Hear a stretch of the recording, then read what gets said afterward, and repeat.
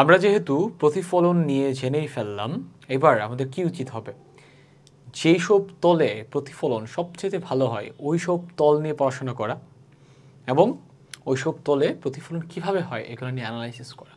তো দেখা গেছে যে সবচাইতে ভালো প্রতিফলন হয় যে কয়টা সমতলের মধ্যে, এর মধ্যে একটা হচ্ছে আয়না বা দর্পণ। তুমি কিভাবে আয়না বা দর্পণকে আলাদা করবা? সোজা বাংলা কথায়, প্রতিফলন নিশ্চয়ই দেখছো দুই ধরনের হয়, নিয়মিত প্রতিফলন এবং অনিয়মিত প্রতিফলন। তো নিয়মিত প্রতিফলন যেই তলের মধ্যে হয়, যেই তলের মধ্যে রূপার কিংবা অ্যালুমিনিয়ামের প্রলেপ দেওয়া হয় নিয়মিত প্রতিফলন তৈরি করার জন্য, ওই তলকে আয়না কিংবা আমরা দর্পণ বলতে পারি। ঠিক আছে? আচ্ছা, তো যদি সংজ্ঞা জানতে চায় যে দর্পণের সংজ্ঞা বলো, বলতেই পারে যে দর্পণের সংজ্ঞা বলো, তাই তোমরা কি বলবা? তোমরা লিখবা হচ্ছে যে সমতলে আলোকরশ্মি আপতিত হলে সেখানে আলোকরশ্মির নিয়মিত প্রতিফলন ঘটে, সে সমতলকে আয়না কিংবা দর্পণ বলে। সচরাচর আয়না কিংবা দর্পণ প্রস্তুত করা হয় কোনো মসৃণ সমতল পৃষ্ঠের উপর রূপা কিংবা অ্যালুমিনিয়ামের প্রলেপ দিয়ে। তাহলে এটা এখানকার আমি যদি একদম সংজ্ঞা তো গেল আমাদের, তাই না? একদম যদি সংজ্ঞা গেল, আমরা যদি একদম বেসিক ইনফরমেশনসে আসি, এটা আমাদের এটাতে আছে, আমাদের বেসিক ইনফরমেশনসে যদি আসি, এটা আমরা শেষ করে ফেলি। হ্যাঁ, একদম বেসিক কিছু ইনফরমেশন যদি দেই, আয়নায় কি হয়? নিয়মিত প্রতিফলন হয়। সো এইটা মাস্ট আয়নার ব্যাপারে জানা উচিত। আয়না কিংবা দর্পণে নিয়মিত প্রতিফলন হয়, আর এটাই আয়না কিংবা দর্পণের পরিচয়, যে এমন মসৃণ পৃষ্ঠ যেখানে আলোর নিয়মিত প্রতিফলন হয়। অ্যান্ড কীভাবে প্রস্তুত করা হয় আয়না? সমতল মসৃণ পৃষ্ঠের উপর রূপার প্রলেপ দিয়ে। ওকে, রূপার প্রলেপ দিয়ে, এগুলো এমসিকিউতে আসে। তাহলে আয়না কীভাবে প্রস্তুত করা হয়, আমরা আয়নার একদম বেসিক্স জিনিসপত্র দেখতেছি।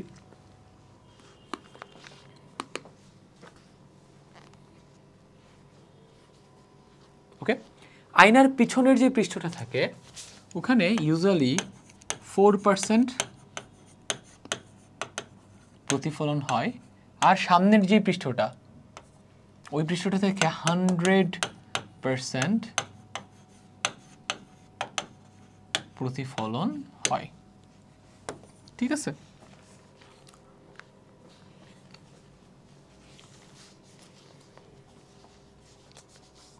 আর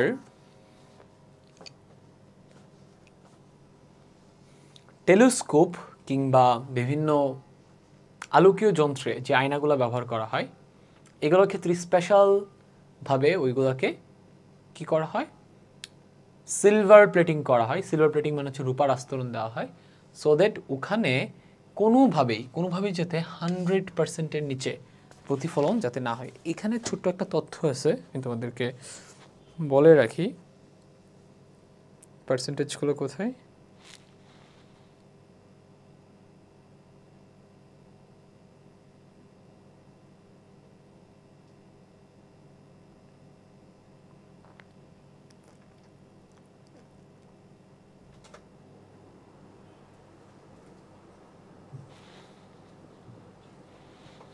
আচ্ছা, এখানে কনফিউজিং যেই ব্যাপারটা, এটা আমি ছবি এঁকে তোমাকে বোঝাই।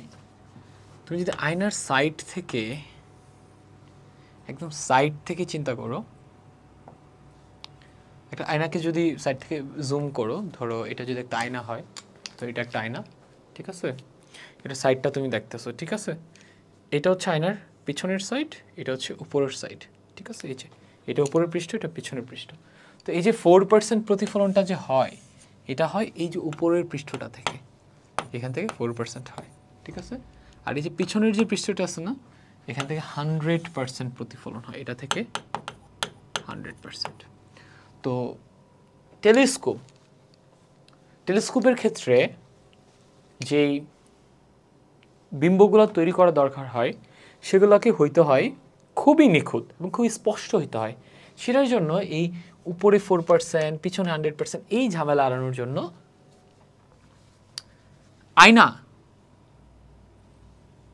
আয়নাতে যেমন জাস্ট পিছনে রূপার প্রলেপ দেওয়া হয়, সামনে দেওয়া হয় না। টেলিস্কোপের ক্ষেত্রে পিছনে সামনে দুই জায়গাতেই রূপার প্রলেপ দেয়, সো দ্যাট ওই 4% 10%-এর ঝামেলাটা যাতে না হয়, 100%, ঠিক আছে, যেখানে এসে পড়ুক, এখানে পড়ুক, এখানে পড়ুক, হোয়াট এভার, 100% প্রতিফলন যাতে হয়, ঠিক আছে। আচ্ছা,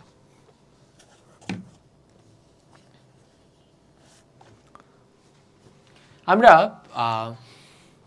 সামনে একদম দর্পণে বিভিন্ন বস্তু সামনে রেখে চিত্র এঁকে দেখব। এখন কথা হচ্ছে কোন ধরনের দর্পণের সামনে আমরা কোনো একটা বস্তু রেখে বিম্ব গঠন করার চেষ্টা করব, বা ওইটাতে কি দেখায় এটা দেখার চেষ্টা করব।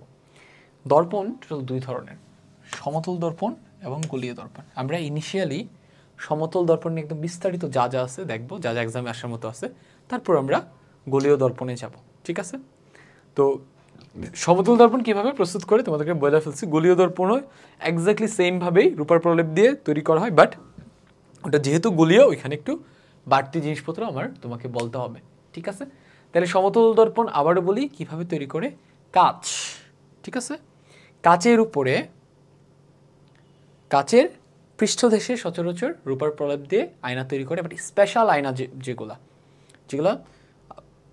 টেলিস্কোপে ব্যবহার করে, এগুলার একটা কাচের পিছনের পৃষ্ঠ সামনের পৃষ্ঠ দুইটাতে প্রলেপ দেয়। ওকে, ডান। এবারে আমরা হচ্ছে একটা, তাহলে আমাদের এই জায়গাটা, এটা আসলে তেমন কোনো টপিক ছিল না, এটা আমাদের শেষ।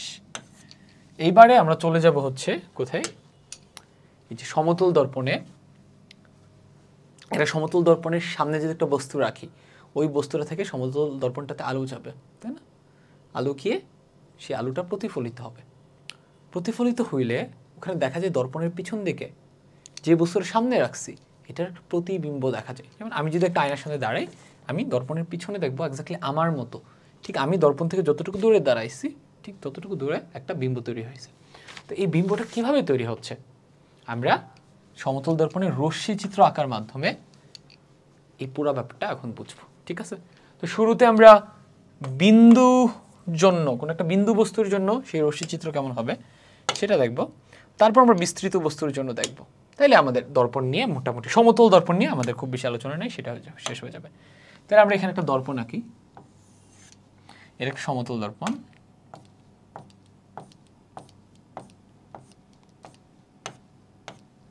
এটা সামনে যদি আমি একটা বস্তু রাখি, সেটা যদি বিন্দু বস্তু হয়,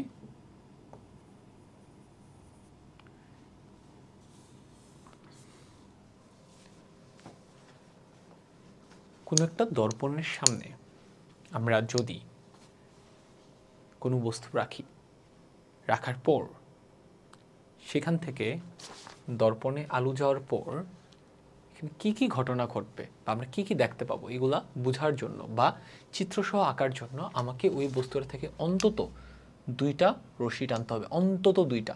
এটা হচ্ছে বিন্দু বস্তুর ক্ষেত্রে। বিস্তৃত বস্তুর ক্ষেত্রে, বিস্তৃত বস্তু মানে সেখানে বস্তুটার একটা শীর্ষবিন্দু থাকবে, পাদবিন্দু থাকবে, ঠিক আছে। তাহলে আমরা ওইটাতে যাচ্ছি না, আমরা যাচ্ছি জাস্ট একটা বিন্দু বস্তুর ক্ষেত্রে। কিভাবে, ওখানে কি ঘটে এটা চিত্রায়িত কিভাবে করব, এটা দুইটা রশ্মি আঁকতে হবে। একটা রশ্মি একদম আমরা সোজা লম্বভাবে ফেলবো, এটা সমতল দর্পণের ক্ষেত্রে। আরেকটা রশ্মিকে আমরা ফেলবো তির্যকভাবে।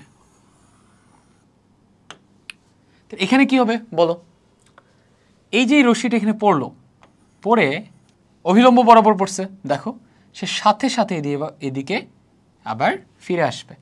সো এটা গেল এইদিকে, দেন এখান থেকে সাথে সাথে রশ্মিটা আবার প্রতিফলিত হয়ে পুরাটাই প্রতিফলিত হয়ে ব্যাক আসবে। কেন, এটা কিন্তু একটা আয়না, এটা পিছনে রূপার প্রলেপ দেওয়া আছে, আলোটা কিন্তু পাস করতে পারবে না, পুরোটা প্রতিফলিত হয়ে পিছনে চলে আসবে। আর এটার ক্ষেত্রে কি হবে বলো, এটার ক্ষেত্রে যদি আমরা এখানে একটা অভিলম্ব আঁকি তাহলে কি হবে, এখানে আমরা কেমনে বুঝলাম এটা প্রতিফলিত হয়ে এক্স্যাক্টলি পিছন দিয়ে ব্যাক করবে, এটাকে যদি অভিলম্ব চিন্তা করি, প্রতিসরণ কোণ কত? 0 ডিগ্রি। তাইলে সরি, আপতন কোণ কত? 0 ডিগ্রি, অভিলম্বের সাথেই। তার মানে প্রতিফলন কোণও 0 ডিগ্রি হবে, অভিলম্বের সাথেই হবে। আর এটার ক্ষেত্রে কি হবে? এটার ক্ষেত্রে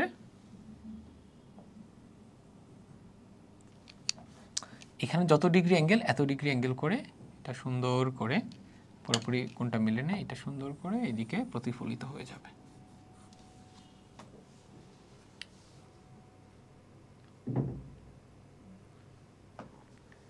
এখন কাহিনী যেটা হবে, আমরা যদি এখান থেকে দেখার চেষ্টা করি যে অ্যাকচুয়ালি এখান থেকে আমি দেখতেছি দূর থেকে, এটা আমার চোখ, আমি এই যে বস্তুটা রাখলাম, রাখার পর আমি বুঝতে যাচ্ছি যে এই যে বস্তুটা রাখলাম, এটা বিম্বটা এদিকে কোথায় তৈরি হবে? অবভিয়াসলি কোথায় তৈরি হবে? আয়না থেকে এটা যেখানে আছে, তুমি আয়নার সামনে দাঁড়াও, ঠিক তার পিছনে। এটা আমরা কিভাবে দেখাইতে পারি? এটা দেখানোর জন্য আমরা যেটা করব, এখান থেকে যে রেখাগুলো প্রতিফলিত হয়ে এদিকে চলে গেছে, এগুলোকে পেছন দিকে ঠিক এটা যতটুক, এটুক দূরত্ব, এটা যতটুকু অতটুকু আমরা এটাকে বর্ধিত করব। ঠিক আছে, আই হোপ এটা সেম একই সমান হয়েছে। ঠিক আছে, আই হোপ এটা একই সমান হয়েছে। আচ্ছা, এন্ড এটাকেও আমরা একইভাবে পিছন থেকে বর্ধিত করব। এন্ড এটা হবে আমার সেই বস্তুটার বিম্ব। তাইলে সমতলীয় দর্পণের সামনে একটা বস্তু রাখলে কি হয়? আমরা যদি এটার দিকে তাকাই, তাহলে আমরা দেখব দর্পণটার ঠিক যতটুকু সামনে আমরা একটা বস্তুকে রাখছি, ঠিক তার পিছনে অতটুকু দূরে একটা বিম্ব তৈরি হয়েছে। কেন? কারণ এটা থেকে যেই রশ্মিগুলা আয়নাটাতে গিয়ে পড়তেছে, এগুলো প্রতিফলিত হয়ে আবার পিছনে আসতেছে, পিছন থেকে আমরা যখন আলোক রশ্মিগুলো দেখতেছি আসতেছে, তখন আমাদের কাছে আর মনে হয় না আলোক রশ্মিটা এখান থেকে আসতেছে। কারণ আমাদের চোখ তো আর এত কিছু জানে না যে আলোক রশ্মিটা এখান থেকে যাচ্ছে দেন আবার ব্যাক আসতেছে। আমাদের চোখ তো এত কিছু জানে না। আমাদের চোখ দেখে এখান থেকে আলোক রশ্মি আসতেছে।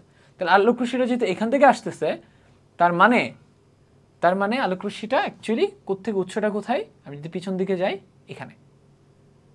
এটাকে পিছাবো, এটাকে পিছাবো, একটা বিন্দু থেকে দুইটা রশ্মি আঁকবো, একটা একদম সোজা ফেলবো আয়নায়, এটা সোজা এদিকে চলে আসবে, আর এটাকে তির্যকভাবে ফেলবো, যত আপতন কোণে ফেলবো তত প্রতিফলন কোণে বের হয়ে যাবে।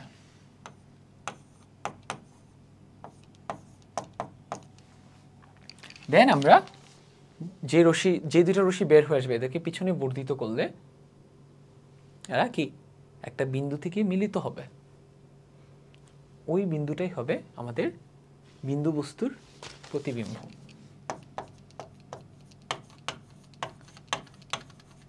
এখানে অবশ্যই তোমাদেরকে মাথায় রাখতে হবে এই ডিস্টেন্সটুকু, এটা যদি আমরা এটার নাম যদি ও দেই, এটা যদি এ দেই, এটা যদি এ প্রাইম দেই, এই ও এ এবং ও এ প্রাইম অবভিয়াসলি সমান, মাথায় রাখা লাগবে। ঠিক আছে, তাহলে এটা হচ্ছে বিন্দু বস্তুর রশ্মিচিত্র, যদি আমরা সেটাকে একটা সমতল দর্পণের সামনে রাখি। ঠিক আছে, এখন এখানে তোমাকে বেশ কিছু কোশ্চেন করতে পারে। এই যে বস্তুটা যে আমরা রাখলাম, এটা কি সোজা নাকি উল্টা? সোজা নাকি উল্টা? এটা কি বিবর্ধিত নাকি খর্বিত? এখানে বিবর্ধন।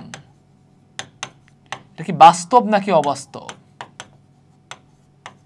বাস্তব।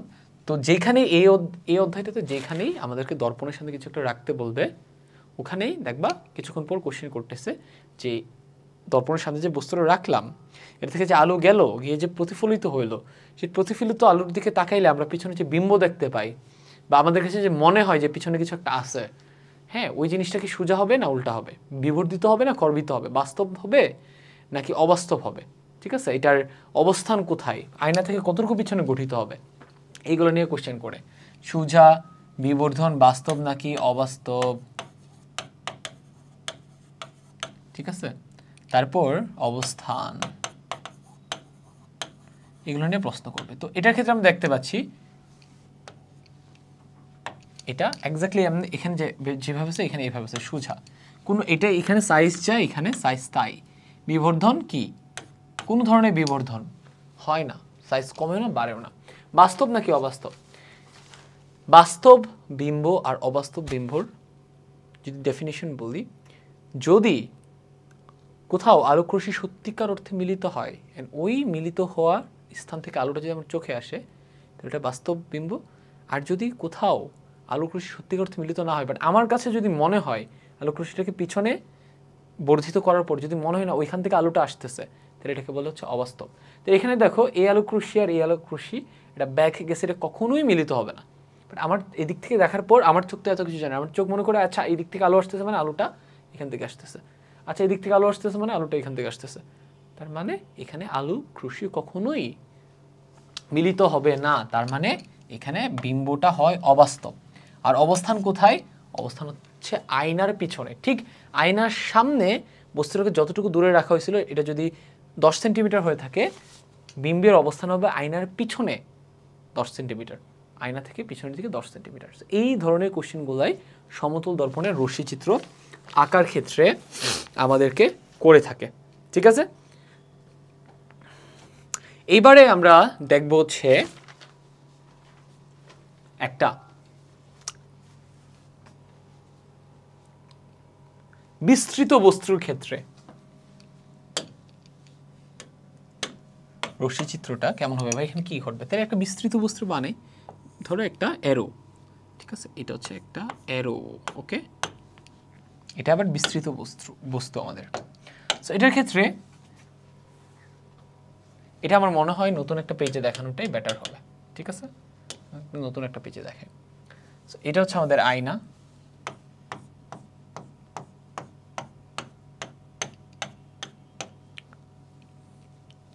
এটা হচ্ছে আমাদের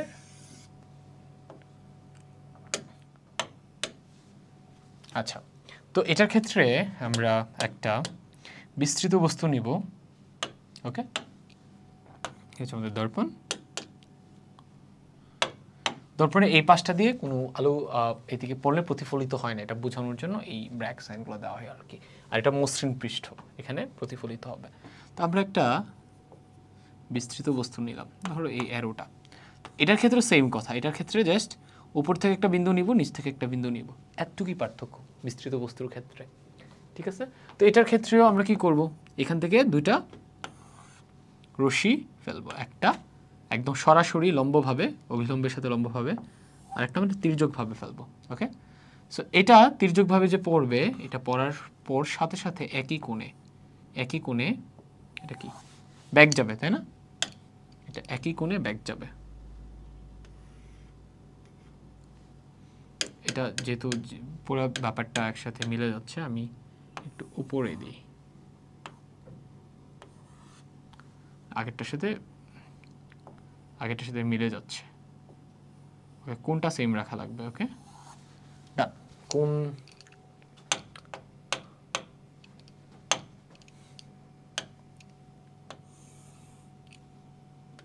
অবিলম্ব আঁকলাম, এক্স্যাক্টলি সেম কোণে এটা ব্যাক যেতে হবে। তোমরা এগুলো চাঁদা দিয়ে মোটামুটি অ্যাকুরেট করে আঁকার চেষ্টা করো, বা হাতে আঁকলেও খুব একটা সমস্যা নেই, ওকে। আচ্ছা, ওকে, তাহলে এই হচ্ছে আমাদের এই রশ্মিটা। এখান থেকে সেম দুইটা রশ্মি আঁকবো। রোল কি? বিন্দু হইলে একটা বিন্দু থেকে দুই ধরনের রশ্মি আঁকবো, বিস্তৃত হইলে বিস্তৃতর ক্ষেত্রে আমরা দুইটা বিন্দু থেকে দুইটা চারটা রশ্মি আঁকবো। সো এটা থেকে দুইটা রশ্মি আঁকা শেষ, এটা এদিক থেকে গিয়ে এটা ব্যাক করবে, এটা না দেখাইলেও চলে, ঠিক আছে, বিস্তৃতর ক্ষেত্রে।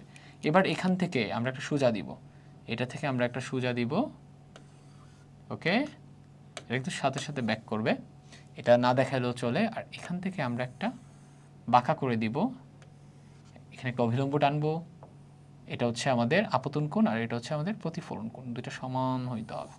আবার দেখো আপতন কোণ, প্রতিফলন কোণ, এই যে দেখো ওই যে আমরা প্রতিফলনের সূত্রগুলো শিখে আসছি, এখানে কিন্তু অ্যাপ্লাই করতে হচ্ছে। দেখো আপতন রশ্মি, প্রতিফলিত রশ্মি, অভিলম্ব একটা তলের মধ্যে আছে, অ্যান্ড আপতন কোণ প্রতিফলন কোণ কিন্তু সমান, ওকে। সো এটা যদি আঁকি, তুমি এখানে তোমার চোখ, ঠিক আছে, তুমি দেখতেছো, ওকে, আচ্ছা তোমার চোখে যাচ্ছে। এখন তুমি কি দেখবা? তোমার চোখ দেখবে আলোক রশ্মি এদিক থেকে আসতেছে, আলোক রশ্মি এদিক থেকে আসতেছে। সো এখানে দেখো এই বিন্দু থেকে দুই ধরনের রশ্মি আঁকছি, এটা সোজা একটা, বাঁকা একটা। এটার ক্ষেত্রেও সোজা একটা, বাঁকা একটা। জাস্ট বাঁকা, এটার ক্ষেত্রে বাঁকাটা যেটা ব্যাক গেছে, এটার ক্ষেত্রে বাঁকা যে দুইটা ব্যাক গেছে, এই দুইটার এদিকে তুমি চোখ রাখবা। রাখলে তুমি কি দেখবা? আচ্ছা এদিক থেকে আলো আসতেছে, তার মানে এই আলোটা পিছনে কোনো একটা, মানে একটুক দূরত্ব চলে আসছে, তার মানে পিছনে কি সার্টেন একটা ডিস্টেন্স থেকে আসছে, এটাও সার্টেন একটা ডিস্টেন্স থেকে আসছে। সেই ডিস্টেন্সটা কোথায় হবে কেমনে বুঝবো? এটাকে বর্ধিত করো, এটাকে এবার তুমি বর্ধিত করবা, ওকে। সো ঠিক এখানে যতটুকু আছে একটুকে বর্ধিত করা লাগবে। সো কোথায়? এখান পর্যন্ত, তাই না?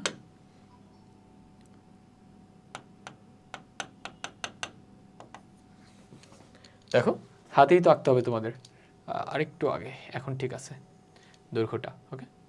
আচ্ছা এটাকে বর্ধিত করতে হবে। এন্ড এখানে এই যে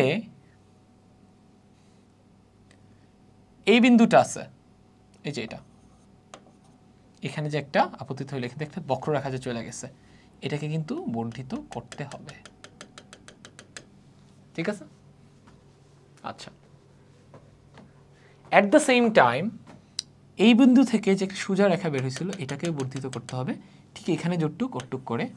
অ্যান্ড ইনাকেও বর্ধিত করতে হবে, করলে দেখেন আমরা প্রতিবিম্বটা পায়ে গেছি। এই হচ্ছে আমাদের প্রতিবিম্ব, আমরা এদিক থেকে এটাকেই দেখতে পাবো। অ্যান্ড এটার ক্ষেত্রে সেম কোশ্চেন করবে, সোজা নাকি উল্টা? অবভিয়াসলি সোজা। বিবর্ধিত নাকি খর্বিত? নো বিবর্ধন।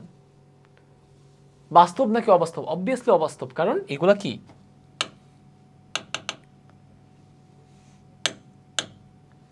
অ্যাকচুয়ালি এই ডট ডট লাইনগুলো দিয়ে দেখাচ্ছে অ্যাকচুয়ালি আলো অ্যাকচুয়ালি এদিকে যায়ই নাই, ট্রাভেলই করে নাই, তার মানে সত্যিকার অর্থে মিলিত হয় নাই এদিকে বিম্বটা তৈরির ক্ষেত্রে যে আলোটা আমরা দেখতে পাচ্ছি, তার মানে এটা অবাস্তব। আর কি কোশ্চেন করে? অবস্থান কোথায়? দর্পণের সামনে বস্তুটা ঠিক যতটুকু দূরে আছে, দর্পণের পিছনে ঠিক ততটুকু দূরেই, যাচ্ছে। সাইজ ইকুয়াল টু বস্তু, অবস্থান ইকুয়াল টু বস্তু, বাট প্রকৃতিটা অবাস্তব বিম্বের প্রকৃতি বলতে বোঝায় বিম্বটা যে তৈরি হয়েছে যে আলোর জন্য, ওই আলোটা সত্যিকার অর্থে মিলিত হয়েছে নাকি হয়নি, এখানে সত্যিকার অর্থে মিলিত হয়নি। এইভাবে কিন্তু আমরা বিস্তৃত বস্তুরও রশ্মিচিত্র সমতল দর্পণের ক্ষেত্রে আঁকতে পারি।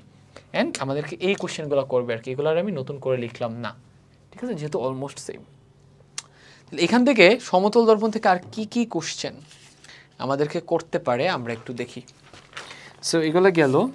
আচ্ছা তোমাদের সামনে এখানে একটা বেশ কিছু এক্সট্রা জিনিসপত্র আছে, আমি তোমাদেরকে বলে দিই। তাহলে আমাদের কিন্তু এটাও শেষ, সমতল দর্পণ রিলেটেড ছবি টবি আঁকা শেষ আমাদের, এটা বাকি জিনিসপত্রগুলো আমাদের শেষ অ্যাকচুয়ালি, ঠিক আছে। আচ্ছা তো এখানে আমরা বেশ কিছু এক্সট্রা তথ্য জানবো এই টপিকটা থেকে। এক্সট্রা সেটা হচ্ছে ক্যালাইডোস্কোপ কিভাবে তৈরি হয়। এরকম কাচের চিকন পাত তিনটা নিতে হয়, এটা কোশ্চেনে এক্সাম আসতে পারে, এরকম একই সাইজের তিনটা নিতে হয়, নিয়ে তিনটাকে ত্রিভুজের মতো করে এভাবে রাখতে হয়, ঠিক আছে, অনেকটা এরকম হবে, ত্রিভুজের মতো করে রাখতে হয়, এটার সাথে এটা, এটার সাথে এটা, এটার সাথে এটা। তোমরা ক্যালাইডোস্কোপ দেখো নাই, এখানে দেখা দিতে পারলে ভালো হইতো। এটা যদি একটা কাচের একটা পাত হয়, এটা যদি আরেকটা পাত হয়, এইভাবে রেখে এইভাবে, এই যে দেখো ত্রিভুজের মতো হচ্ছে। সো এই যে এটা হচ্ছে একটা ক্যালাইডোস্কোপ, ওকে। ক্যালাইডোস্কোপ নিয়ে তোমাদের বই বলছে। তো ক্যালাইডোস্কোপের ক্ষেত্রে দেখা যায়, ক্যালাইডোস্কোপটা কেন মেনশন করলাম, ক্যালাইডোস্কোপের ক্ষেত্রে দেখা যায় এটার একটা প্রান্ত যদি আমরা অন্ধকার করে দিই অ্যান্ড ওখানে যদি আমরা কোনো নকশা টকশা রাখি, ওইটাকে অনেক ভাইব্রেন্ট দেখায়, ওখানে নকশা তৈরি হয়, মানে তুমি যদি একটা দুটা পাথর রাখো, ওই পাথরের কালারগুলো নকশা হয়ে যায়, অ্যান্ড ছবিটা খুবই স্পষ্ট হয়। কেন হয়? কারণ ক্যালাইডোস্কোপের ক্ষেত্রে মনে আছে আমরা একটা সূত্র দেখে আসছিলাম, আমরা ঠিক আগের টপিকে কোনো একটা সূত্রতে দেখছিলাম কি, যদি আপতন কোণের মান অনেক বেশি হয় প্রতিফলন অনেক ভালো হয়। ক্যালাইডোস্কোপের ক্ষেত্রে এই ব্যাপারটা দেখা যায়। তাহলে ক্যালাইডোস্কোপ নিয়ে যদি তোমাদেরকে বেসিক কিছু কোশ্চেন করে, ঠিক আছে, ক্যালাইডোস্কোপ স্কোপ তোমরা কিন্তু এখন অ্যান্সার দিতে পারবা, ঠিক আছে, কারণ এখানে আপতন কোণ কেন এটার ভেতরে অনেক স্পষ্ট প্রতিফলন হয়, কারণ আপতন কোণ এখানে অনেক বেশি, ঠিক আছে। আর তোমাদের এখানে আরও বেশ কিছু টেস্ট আছে, সেটা হচ্ছে একটা হচ্ছে মোমবাতি টেস্ট। একটা অন্ধকার রুমে এরকম একটা কার্ডবোর্ড নিবা, নিয়ে এটা খাড়া করে রাখবা, রেখে এদিক দিয়ে একটা ছিদ্র করবা, করে এখানে একটা মোমবাতি রাখবা, কমপ্লিট রুমটা অন্ধকার রাখতে হবে, ঠিক আছে। এই মোমবাতি থেকে এদিক দিয়ে আলো ঢুকবে, ঢুকার পর এদিকে একটা সাদা কাগজ ধরবা, এই সাদা কাগজ এই দিক দিয়ে আলোটা বের হয়ে সাদা কাগজে পড়বে, সাদা কাগজে দেখা যাবে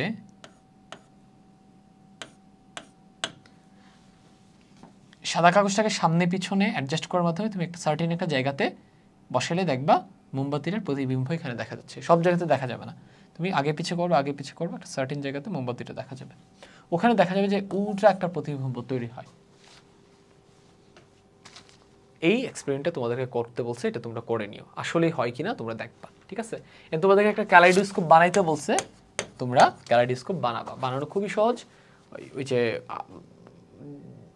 আয়না টাইনা যেখানে কাটে টাটে ওই সব দোকানে যাবা, গিয়ে বলবা আমাকে 3টা আয়না দেন, এটা তখন লাগাই রাখছিলাম, তিনটা আয়না দেন, দিয়ে 3টা একই সাইজের নিবা, নিয়ে যেভাবে দেখাইছি ত্রিভুজের মতো করে রাখবা, রেখে কাগজ দিয়ে মোড়াই ফেলবা, তাহলে এটা ক্যালাইডোস্কোপ হয়ে যাবে। অ্যান্ড এটার একটা প্রান্তে কী ধরবা, কোনো নকশা হাতে কলমে কাগজ দিয়ে লেখা দিতে পারো, অথবা একটা কাগজের মধ্যে রঙিন পাথর লাগাই দিয়ে ওইটা বানাইতে পারো, ঠিক আছে। তাহলে এখানকার এক্সট্রা যে জিনিসপত্রগুলো আমাদের বইয়ে আলোচনা আছে আমরা এগুলো দেখে ফেলছি। তো এইখানে আসলে আরেকটা টেস্ট আছে, হাতের টেস্ট, এটা আসলে সামনে একটা এক্সাম্পল, এটা আমরা সলভ করব, ওকে।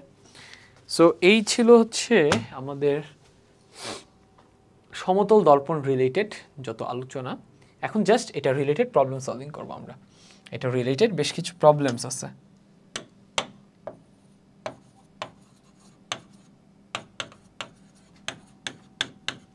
সমতল দর্পণ থেকে আসলে খুব বেশি কিছু আসে না, হ্যাঁ, এমসিকিউতে এই বেসিক কোশ্চেনগুলো করে। তাহলে আমরা এখন প্রবলেম সলভিংয়ে চলে যাই, ঠিক আছে। আচ্ছা, অ্যাট দ্য সেম টাইম এখান থেকে তোমার যা যা রিডিং দেওয়া দরকার তুমি এখান থেকে রিডিং দিয়ে নিতে পারো। আমি একটু একটু করে তোমার জন্য সময় দিচ্ছি, তুমি চাইলে পজ করে এখনই রিডিং দিয়ে ফেলতে পারো মূল বইটা।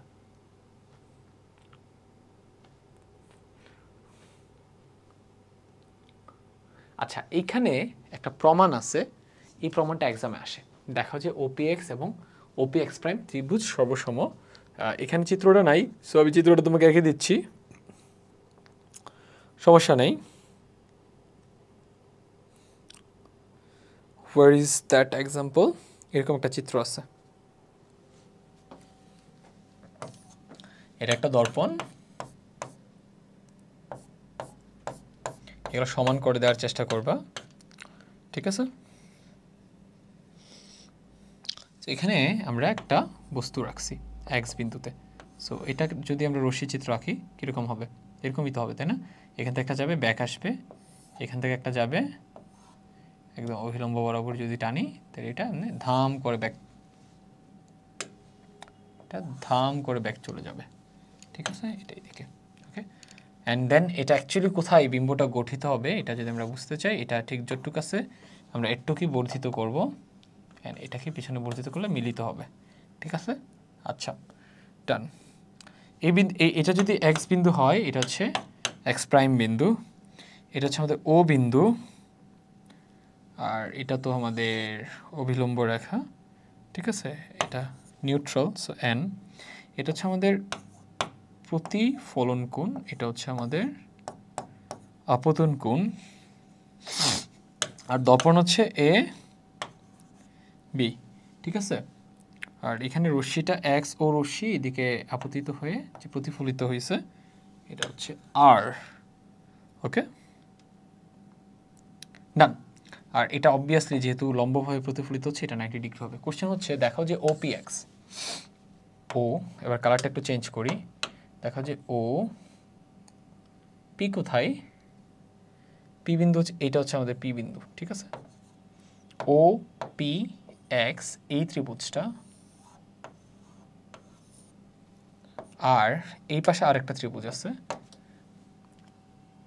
ও P X prime, O P X prime, এই ত্রিভুজটা সর্বসম প্রমাণ করো। প্রথমত সর্বসম প্রমাণ করার জন্য মোটামুটি তিনটার মতো ত্রিভুজের ক্ষেত্রে তিনটা জিনিসকে সমান দেখাইতে পারলেই হয়। দেখো এটা একটা সমকোণী ত্রিভুজ, ঠিক আছে, এটা 90 degree, at the same time এটা যেহেতু লম্বভাবে বর্ধিত করছে এটাও 90 ডিগ্রি, তাহলে আমি বলতে পারি এই কোণ সমান এই কোণ সমান। এটা লিখে দাও, angle O P X is equal to angle O P X prime সমান, কেন দুইটাই সমকোণী ত্রিভুজ, এটা বলে দাও যে ত্রিভুজ ওপিএক্স এবং ওপিএক্স প্রাইমে অ্যাঙ্গেল ওপিএক্স এবং অ্যাঙ্গেল ওপিএক্স প্রাইম সমান, অ্যান্ড ওপি সাধারণ বাহু, এই জন্য ওরা সমান। আরেকটা জিনিস দেখো তো, এই কোণটা আর এই কোণটা সমান, তাই না? এই যে টোটাল কোণটা, এখানকার টোটাল কোণটাও সমান। আবার এটা দেখতে পাচ্ছি এটার বিপ্রতীপ, এটা দেখতে পাচ্ছি এটার বিপ্রতীপ, তার মানে অ্যাকচুয়ালি এই জায়গা সমান হওয়া মানে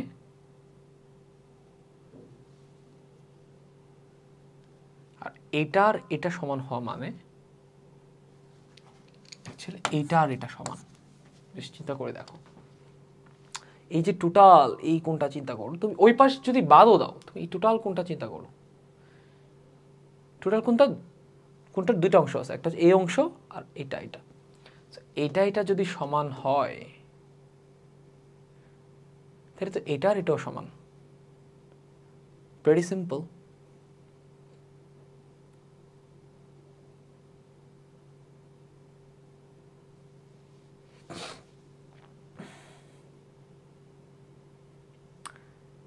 এটা যদি সমান হয়, এটা আর এটা একটা বিপ্রতীপ। তো জিনিসটা তুমি এমনি লিখতে পারো যে অ্যাঙ্গেল আর ও এ সমান angle X O P, angle X O P. আবার অ্যাঙ্গেল আর ও এ আবার angle X prime OP, X prime OP এর সমান। দেখো এক্স ও পি এটার ইকুয়াল, তার মানে এক্স ও পি এটারও ইকুয়াল, যেহেতু এটা আবার অ্যাঙ্গেল আর ও এর ইকুয়াল, তার মানে এখানে আমি লিখতে পারি angle X O P is equal to angle X prime P. তো এখানে অনেকগুলা লজিকে এটাকে সমান বলা যায়, অনেকগুলা লজিক, ঠিক আছে। তো আমি জাস্ট একটা দেখালাম, এটা সমান মানে কি, এটা সমান, এটা যদি সমান হয়, এটার সমান, তার মানে এটার স্রোতে এটা সমান। যেহেতু এই ত্রিভুজটা তিনটা জিনিস সমান পাইছি, তার মানে এই ত্রিভুজ আর এই ত্রিভুজ সমান, তার মানে আসলেই এই পি এক্স আর পি এক্স প্রাইম, এই যে পি এক্স এবং পি এক্স প্রাইম কি সমান হবে, মানে আসলেই বস্তুটা দর্পণ থেকে যতটুকু দূরে থাকবে বিম্বটা দর্পণ থেকে অতটুকু পিছনে গঠিত হবে, ঠিক আছে। সো এটা একটা এক্সাম্পল ছিল, এটা পুরো এক্সপ্লেনেশনটা তুমি এখানে পাবা, ছবিটা এখানে। তুমি বাকি জিনিসগুলো একটু এখনই ক্লাসের সাথে সাথে রিডিং দিয়ে ফেলো, হ্যাঁ, আদারওয়াইজ তোমার পরে আর দেওয়া হবে না আসলে। অ্যান্ড এইগুলো তো বললামই যে আয়নার সমতল দর্পণের ক্ষেত্রে বিম্বর বৈশিষ্ট্য এগুলো হয়, ঠিক আছে। এখানে ওই যে বিস্তৃত বস্তুর জন্য প্রতিবিম্ব কেমনে গঠিত হবে, যে চিত্রটা তোমাদেরকে দেখাইলাম, এখানে ওই এক্সপেরিমেন্ট, এই যে ক্যালাইডোস্কোপ, একটা দুটো তিনটা আয়না নিবা, নিয়ে এরকম একটা শেপ দিবা, দিলে তুমি ক্যালাইডোস্কোপ তৈরি করে ফেলতে পারবা। ওকে, এখানে বিস্তারিত বলা আছে কেমনে ক্যালাইডোস্কোপ বানাবা। এখানে আরও একটা এক্সাম্পল আছে, পূর্ণ দৈর্ঘ্য প্রতিবিম্ব দেখার জন্য আয়নাকে কত বড় হইতে হয়, এটার অ্যান্সার হচ্ছে হাফ। বস্তুর দৈর্ঘ্য যত হবে, বস্তুর দৈর্ঘ্য যদি এল হয়, আয়নার দৈর্ঘ্য হইতে হবে L/2, তাইলে হবে, এর বেশি লাগে না, ঠিক আছে। এই যে দেখো, এই ছবিটা দেখলে বুঝতে পারবা। এটা দেখো, তুমি যদি এই বিশাল বড় একটা বস্তু নাও, এখান থেকে রেখা আঁকো, গেল আসলো, ঠিক আছে, এখান থেকে বাঁকা একটা রেখা আসলো, এটা এদিকে চলে আসবে, এটাকে পিছনে বর্ধিত করো, এটাকে পিছনে বর্ধিত করো, এখানে মিলিত হচ্ছে, ঠিক আছে, পা থেকে একটা রেখা এখানে দিতে হবে, এখানে চলে আসবে, এটাকে পিছনে বর্ধিত করো, কানেক্ট করলে আমরা বুঝতে পারছি। তাহলে দেখো, অ্যাকচুয়ালি দেখো এই যে আয়নাটা, এটা টোটাল লেন্থ হচ্ছে এটা 1.5 মিটার, এটার অর্ধেক জায়গা ইউজ করতে হয়েছে এই টোটাল চিত্রটা আঁকতে, নিচের এই জায়গাটাতে টাচও করতে হয় নাই, জাস্ট আমরা আগের প্রিন্সিপালে অ্যাপ্লাই করছি। এটা একটা বিস্তৃত বস্তু, এটার উপরের একটা পয়েন্ট থেকে দুইটা রশ্মি আঁকছি, একটা দুইটা, ঠিক আছে, এটার ক্ষেত্রেও আমরা দুইটাই আঁকছি, একটা দুইটা, ঠিক আছে, একটা দুইটা, এটার ক্ষেত্রেও একটা দুইটা, ওকে, আঁকতে গিয়ে দেখি অর্ধেকটা আয়না দিয়ে হয়ে যাচ্ছে, ঠিক আছে, তার মানে অর্ধেক। দুইটি আয়না পরস্পরের সাথে 60 ডিগ্রি কোণে রাখা আছে। প্রথম আয়না 60 ডিগ্রিতে আলো ফেলা হলে আলোক রশ্মি কোন দিকে যাবে? তো এটার যদি দুইটা যদি 60 ডিগ্রিতে রাখা থাকে,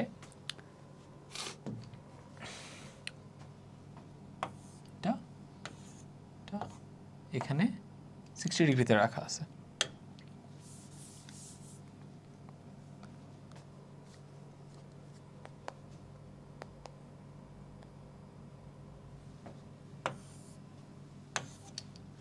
এটা একটা আয়না, এটা একটা আয়না, এই যে কোনটা, এটা হচ্ছে 60 ডিগ্রি। প্রথম আয়না, এটা মনে করো আমাদের প্রথম আয়না, এটা দ্বিতীয় আয়না। প্রথম আয়নায় 60 ডিগ্রিতে আলো ফেলা হলে আলোক রশ্মি কোন দিকে যাবে? তাহলে এটাতে আমরা 60 ডিগ্রিতে, এটাতে আমরা একটা অভিলম্ব আঁকি, এটার সাথে 60 ডিগ্রিতে একটা আলো ফেলবো, যেহেতু এটাতে ফেলবো, যে বিন্দুটাতে ফেলবো এখানে অভিলম্ব আঁকতে হবে। এটা হচ্ছে আমার প্রথম আয়না, এটা হচ্ছে আমাদের দ্বিতীয় আয়না, ঠিক আছে। তো এই বিন্দুতে যদি আমি আলো ফেলতে চাই, ফেললাম, এখানে অভিলম্ব আঁকলাম, এটার সাথে 60 ডিগ্রিতে ফেললাম, তাহলে এটা আবার অভিলম্বের সাথে 60 ডিগ্রি কোণ করে কিন্তু এদিকে যাবে, ঠিক আছে। এইদিকে যাওয়ার সময় দেখো, এটা কিন্তু আবার 60 ডিগ্রি। একটা জিনিস বুঝো, এটা যদি 60 ডিগ্রি হয়, তো এটা কত? 30 ডিগ্রি, তারপরে টোটালটা 90 ডিগ্রি। তো এটা যদি 60 ডিগ্রি হয়, এটা 30 ডিগ্রি, এটা তো দেওয়াই আছে 60 ডিগ্রি, এটা তো দেওয়াই আছে 60 ডিগ্রি, তার মানে এটা 60, এটা 30, তার মানে এটা 90 ডিগ্রি, তার মানে সে 90 ডিগ্রিতে আপতিত হয়েছে, তাহলে তো সে আর ব্যাক করবে না, মানে সে একদম সোজা এদিকে ব্যাক করবে। সোজা এদিকে ব্যাক করে কি করবে? সোজা এদিকে ব্যাক করে আবার এদিকে চলে যাবে, তার মানে এখানে আলোক রশ্মি কোন দিকে যাবে? যেখানে আপতিত হয়েছিল, যে রাস্তা দিয়ে আপতিত হয়েছিল, এদিক দিয়ে আবার বের হয়ে যাবে। তাহলে যথেষ্ট ইন্টারেস্টিং। এদিক দিয়ে আসবে, 60 ডিগ্রিতে আপতিত হয়েছে, আবার 60 ডিগ্রিতে প্রতিফলিত হবে, এখানে দেখা যাচ্ছে সে 90 ডিগ্রিতে প্রতিফলিত হচ্ছে, তার মানে সে সোজা চলে আসবে। 90 ডিগ্রিতে আপতিত হচ্ছে, তার মানে সোজা চলে আসবে, আচ্ছা আবারও 60 ডিগ্রিতে এখানে আপতিত হলো, তার মানে 60 ডিগ্রিতে প্রতিফলিত হয়ে যাবে। তো এটার উত্তরটা দেখো কি বলছে, ঠিক বিপরীত দিকে প্রতিফলিত হবে, ঠিক বিপরীত দিকে প্রতিফলিত হবে, যেমন আসছে ঠিক তার বিপরীত দিকে প্রতিফলিত হবে। এর বেশ ইন্টারেস্টিং একটা কোশ্চেন ছিল। এখানে একটা একক কাজ আছে, এটা তোমাদেরকে আমি বলছি, কিছুক্ষণ আগে এরকম একটা এক্সপেরিমেন্ট করতে বলছেন, এটার ব্যাখ্যাটা এখান থেকে পড়ে নিবা, তাইলে এই এক্সপেরিমেন্টটা তুমি ইজিলি করতে পারবা। আচ্ছা, এইখানে আরও একটা মজার এক্সপেরিমেন্ট আছে, সেটা হচ্ছে চিত্রে যেভাবে দেখানো হয়েছে সেভাবে তুমি আয়না এও এবং বিও পরস্পরের সাথে লম্বভাবে রাখা আছে, তার সামনে তুমি তোমার বাম হাতটি রেখেছো, হাতটির প্রতিবিম্বগুলো আঁকো। চিত্র দেখতে পাচ্ছি না, আমি চিত্রটা একটু খুঁজে বের করি। আচ্ছা দেখো, এখানে একটা আয়না রাখা আছে, এটা হচ্ছে আয়নার অস্বচ্ছ অংশ, এটা হচ্ছে আয়নার অস্বচ্ছ অংশ। সো আয়নাটার তুমি, এটা তোমার রিয়েল হাত, এখানে তুমি কোন হাত দেখতে পাচ্ছ? দেখো তো, এটা হচ্ছে বাম হাত, এটা বাম হাত, এখানে তুমি দেখতে পাচ্ছ তোমার ডান হাত, ডান হাতের মতো দেখাচ্ছে। দেখো, এটা যদি বাম হাত হয়, এটা যদি বাম হাত হয়, তাহলে এটা দেখো তো, এটা দেখতে ডান হাতের মতো, এটা তার মানে আয়নায় অ্যাকচুয়ালি বাম হাত ডান হাত হয়ে যায়, মানে বাম ডানে সুইচ করে ফেলে। আচ্ছা এখানে একটা জিনিস দেখো তো, এই হাতটা কোন হাতের সাথে মিলে যাচ্ছে? ডান হাতের সাথে মিলে যাচ্ছে। এটা কিন্তু কি ডান হাতের সাথে মিলে যাচ্ছে। তার মানে এই আয়নার সাথে এই মানে তোমার হাতের সাথে সরাসরি এই আয়নার যে কাহিনী হবে, তোমার হাতের সাথে এই আয়নারও সরাসরি কাহিনী হবে। কারণ এই আয়না অ্যাকচুয়ালি তোমার হাতটা থেকে আলো নিচ্ছে, সো বামকে ডান করে দিবে। এই আয়নাটাও সরাসরি তোমার হাত থেকেই আলো নিচ্ছে, সো বামকে ডান করে দিবে। বাট এইখানে অ্যাকচুয়ালি কি হবে? এই যে এটা দেখতেছো না, দেখো এই আয়নাটা এটা থেকে আলো নিছে, নিয়ে ডান করে দিছে, যেহেতু এর বাম ছিল ডান করে দিছে, জাস্ট ফ্লিপ করে দিছে। বাট এই আয়নাটা এটারও তো আলো নিবে, এটার আলো নিবে না? সে তো এই আয়নাটা কিন্তু এই যে এই আয়নাটার ভেতর দিয়ে দেখতেছে এখানে নিচে কি হচ্ছে, তো সে এটার আলো নিবে।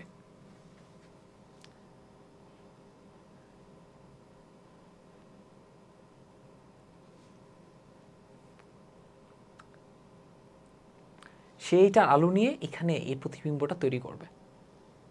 অথবা আমরা বলতে পারি এই আয়নাটা এই আলোটা নিবে, এটা থেকে আলো নিবে, নিয়ে সে এখানে এই প্রতিবিম্বটা তৈরি করবে।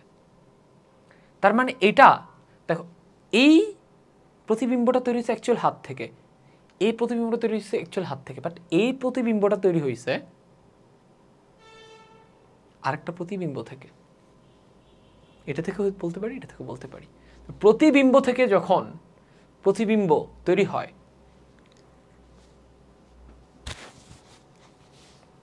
তখন সে আগের মূল ইমেজটাতে ব্যাক যায়। এটা দেখো তোমার বাম হাত, ডান হাত যদি এটা হয়, তুমি কিন্তু ডান হাতের সাথে মিলাইতে পারবো না, অনলি বাম হাত এটার সাথে মিলাইতে পারবো। এই যে দেখো বাম হাত মিলতেছে, দেখছো বাম হাত এটার সাথে মিলতেছে।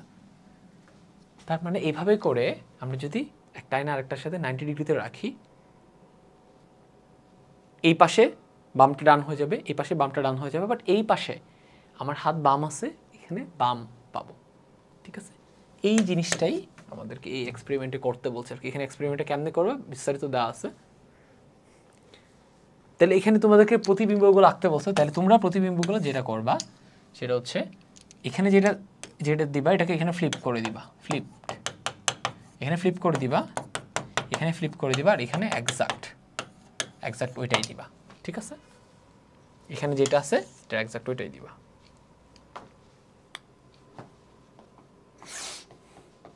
বাট উল্টা দিতে হবে আর কি, উল্টা দিতে হবে, উল্টা দিতে হবে, উল্টা দিতে হবে। এক্সাক্ট দিবা বাট উল্টা।